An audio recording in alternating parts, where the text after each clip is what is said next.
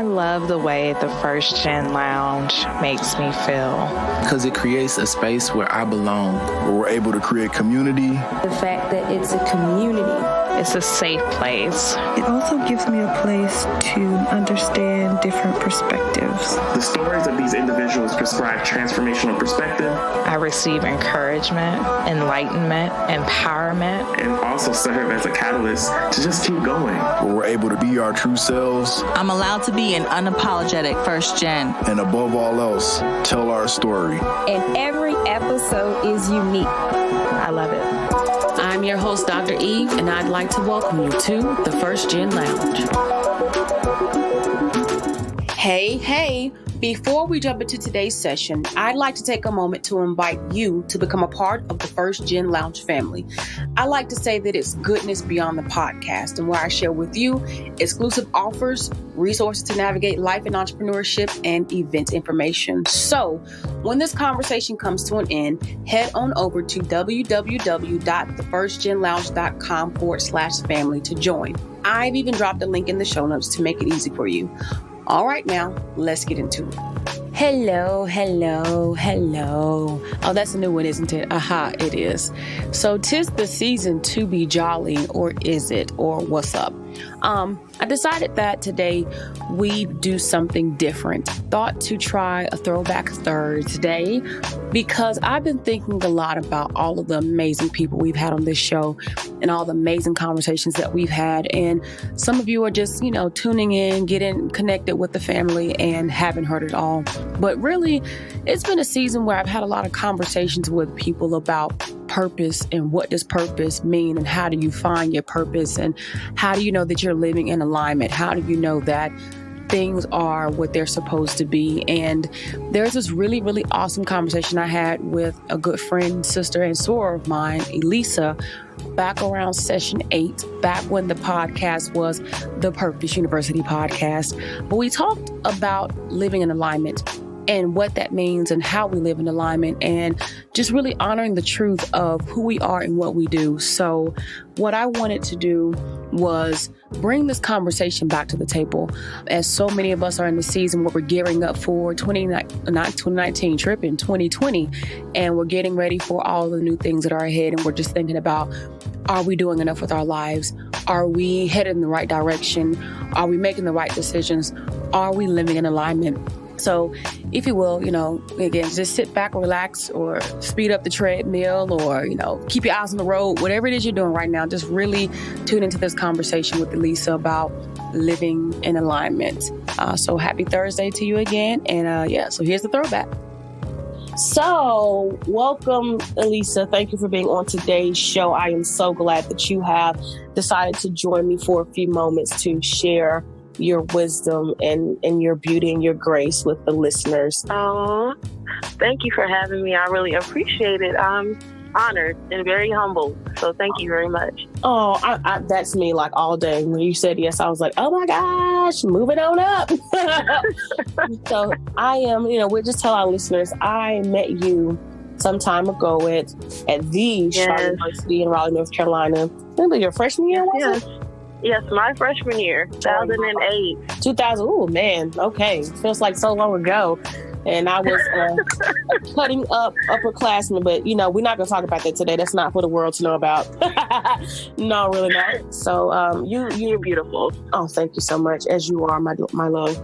So you decided to come on the show today because you have something to tell the world about living your best life and being your most authentic self.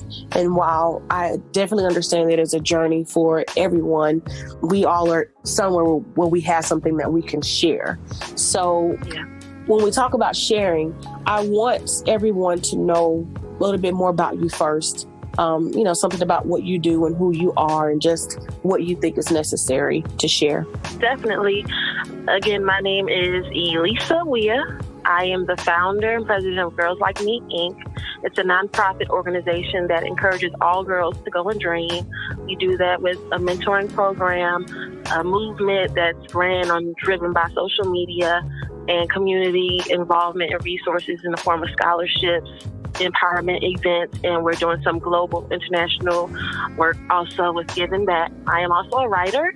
and an author. Nice. And I prefer poetry and fiction, but I do have one published ebook called Building My Village, and it's about building healthy relationships. So, yeah, that's me in a nutshell. Just a busy little girl in Philadelphia. All of this out of space out of Philadelphia. Nice.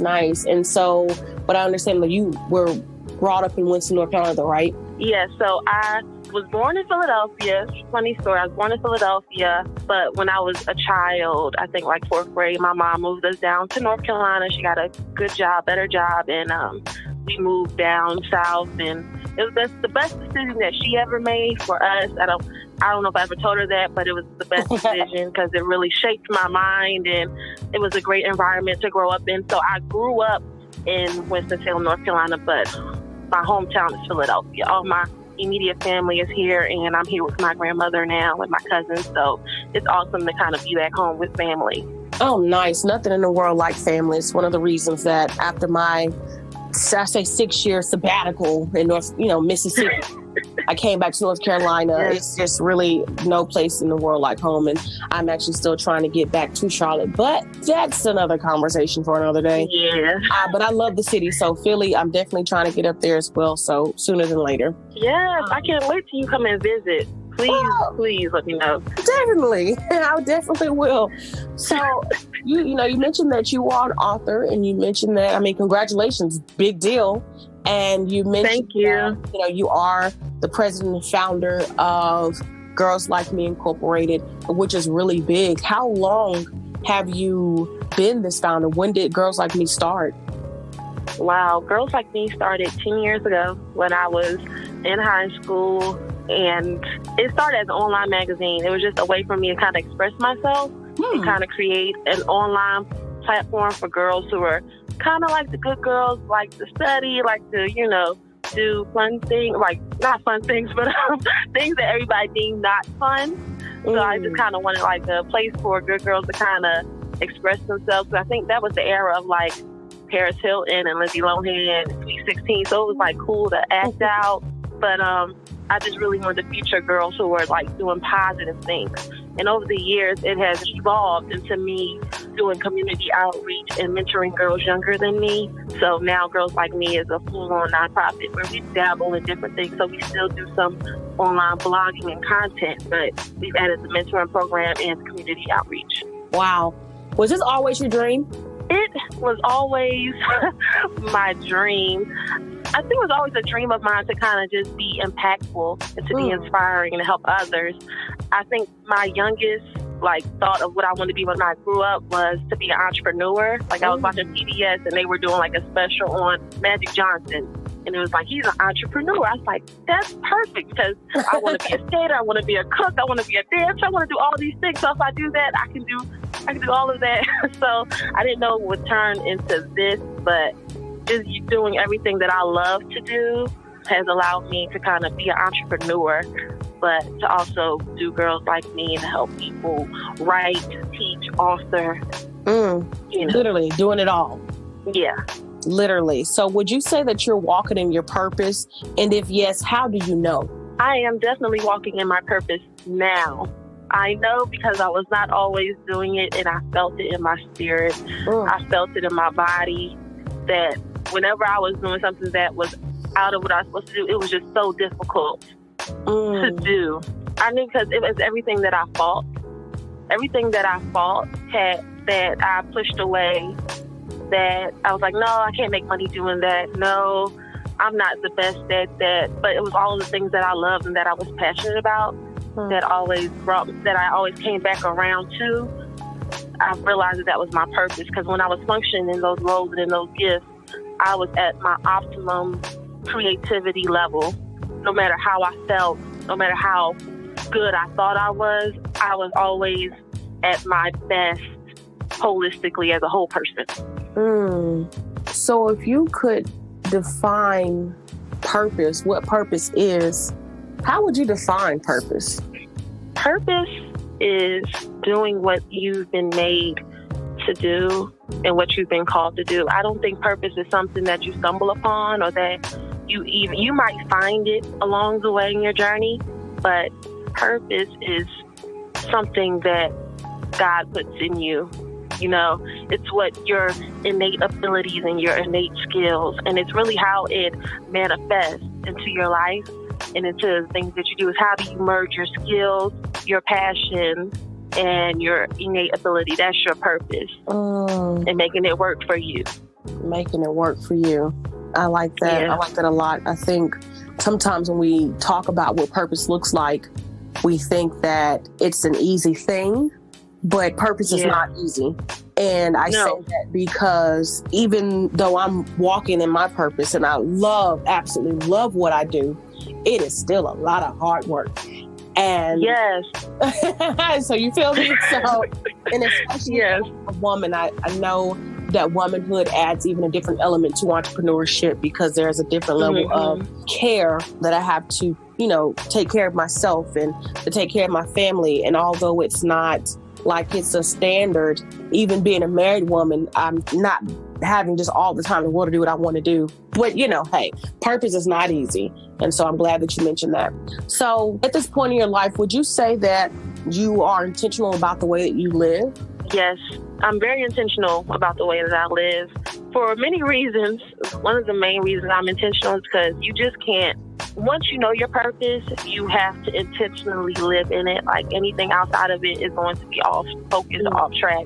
So you have to be intentional about the partnerships you make, about the relationships you build, about the jobs you take or the opportunities that you pursue, because everything's not necessarily for you and not everything's necessarily going to match your purpose or where you're going. And also just working with young girls with girls like me and working with impressionable teen girls and having parents look at me and, say, oh, you're such a role model and I love girls like me and I want my daughter to really be involved. She looks up to you. That's so terrifying sometimes. But it's also like a big responsibility. And I just try to be intentional about what I present because I do want to be a good example to them, to those girls. And I want them to really see me in a positive light. So I have to be intentional about what I do, where I go, what I endorse, even what I say on social media. So absolutely. So even with all that, do you feel that you're living your best life as well? Yes, I definitely, again, now, I think the journey to it really helps you define like your purpose and helps you live your best life because you know what not to do or you've experienced enough to know what works best for you. But I am living my best life now. I really feel great. Like, I just feel very renewed in my spirit. I feel just like very at peace with my decisions. I feel at peace with people. And that wasn't always like that. I used to be very defensive and I used to go through bouts of depression. But now that I'm like living in my purpose and I've just decided, I made a decision to live my best life. It's been awesome. I want to tap into that a little bit more. And that is the element of not having always lived your best life. What was the breaking point for you? If you even mind sharing with us what happened that you're willing to tell us that just was like, this is not my best life. How did you recognize it? Because I don't know if people always recognize that they're not living their best life. Yeah, it's difficult. And I feel like sometimes people feel like they kind of have to settle too, because just the way that life sometimes hits you and the things that we go through, sometimes the seasons that we go through, the ups and the downs, But I knew when it was my health. I started to have issues with my health, and I knew it wasn't based on my diet or my activity level or anything like that, or what I was, anything that I was putting in my body, because I was always very conscious of those things. So when I had health issues and they were related to stress, that was the breaking point. There were many times up to that where I was like, you know what, I should just live my best life. I should just make a decision, but I'll always kind of revert back to what I knew because I was comfortable, and it's always hard to look inward and to change, but that's when it hit my body. That's when I knew I have to make not only a physical change, but I have to make a mental change also so that I can live my best life. and be happy, because life is so short. And the life that I'm living now, I plan to live a long time, and I need a body that's going to work with me. So, and to do all the things that I have to do. So that's what hit me the most. Like, not only does your heart and your mind have to be in tune, but your body too. And all of that, we forget that all of that works together. We often forget. And so sometimes, the Most High has to hit you somewhere physically for you to realize, hey, you're off. You're off. You have to get back aligned. I can absolutely agree with you. I had a similar experience myself, that I was at a point that my health was totally failing me, and I knew something was off. So again, I wasn't aligned. And so in that, it's just being in a place where what does realignment look like? But we get there, we figure it out. Yeah. Which then brings me to, that you live your best life right now, that you are walking in your purpose. Does that mean that you are also your authentic self? Yes, I am my authentic self. And I think when you are living your authentic self, it all works together with being in your purpose and living your best life, because then you just kind of accept yourself for who you are. You finally stop trying to fit in, or you stop trying to make yourself be something that you're not, or to fit in places where you just don't fit. And not saying you don't grow.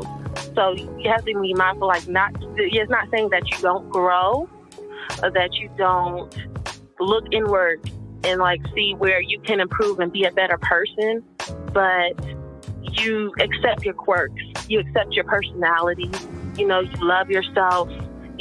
Those personality traits that, again, are innate in you, that are already in you, you just embrace it. You embrace what you can do and what you can't do, and who you are, and everything that's awkward and quirky and weird about you.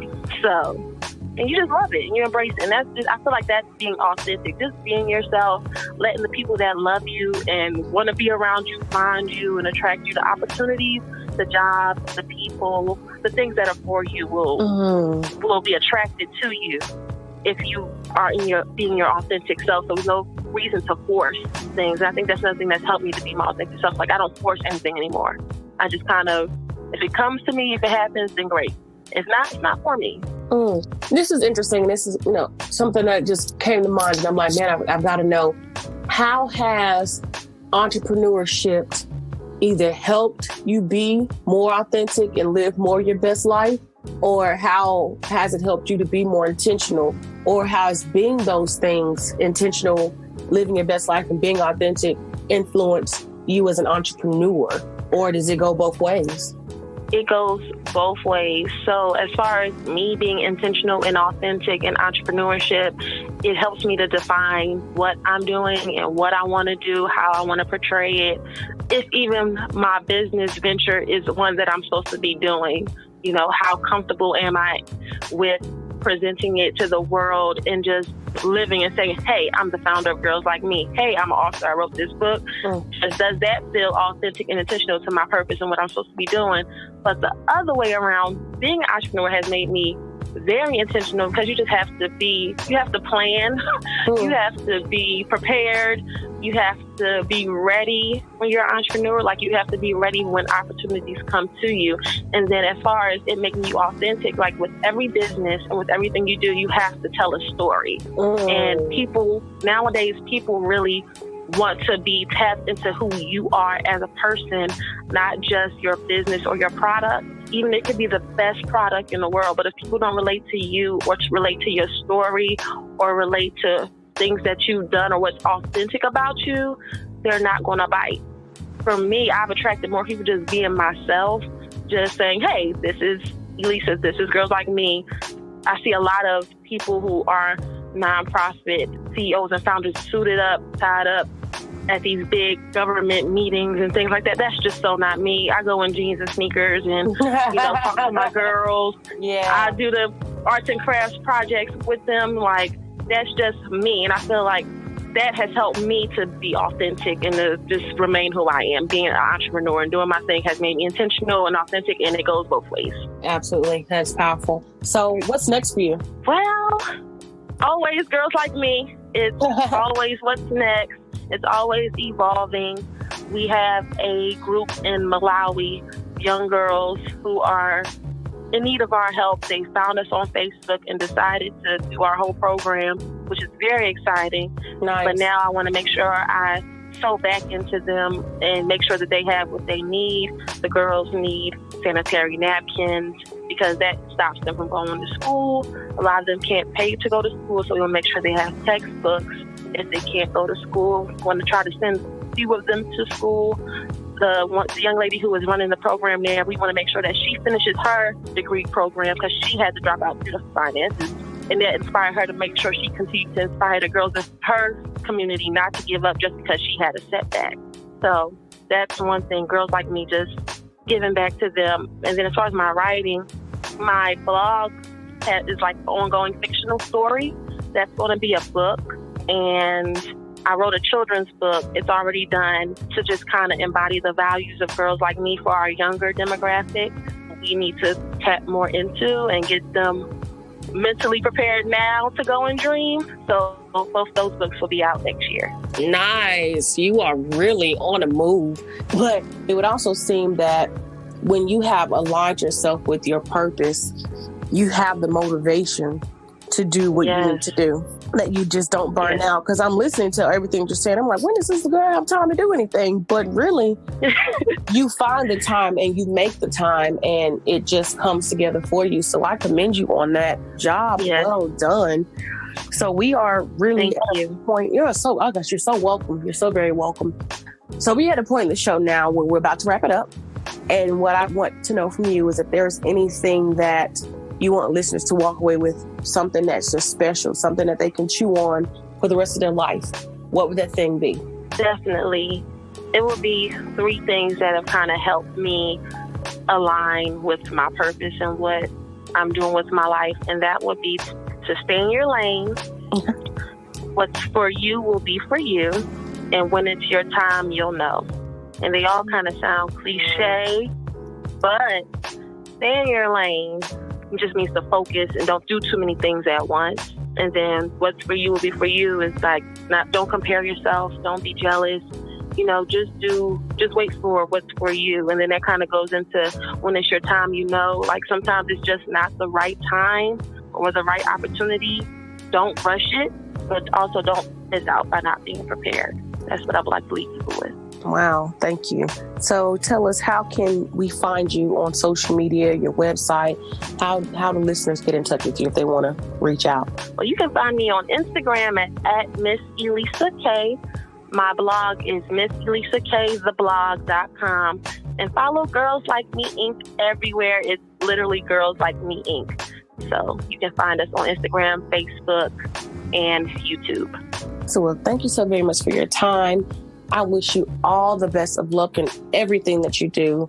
And I look forward to being able to see you continue to grow in what it is that you're doing. Job well done thus far. Like literally, you are already 10 years in the game. So I've got a lot of catching up to do.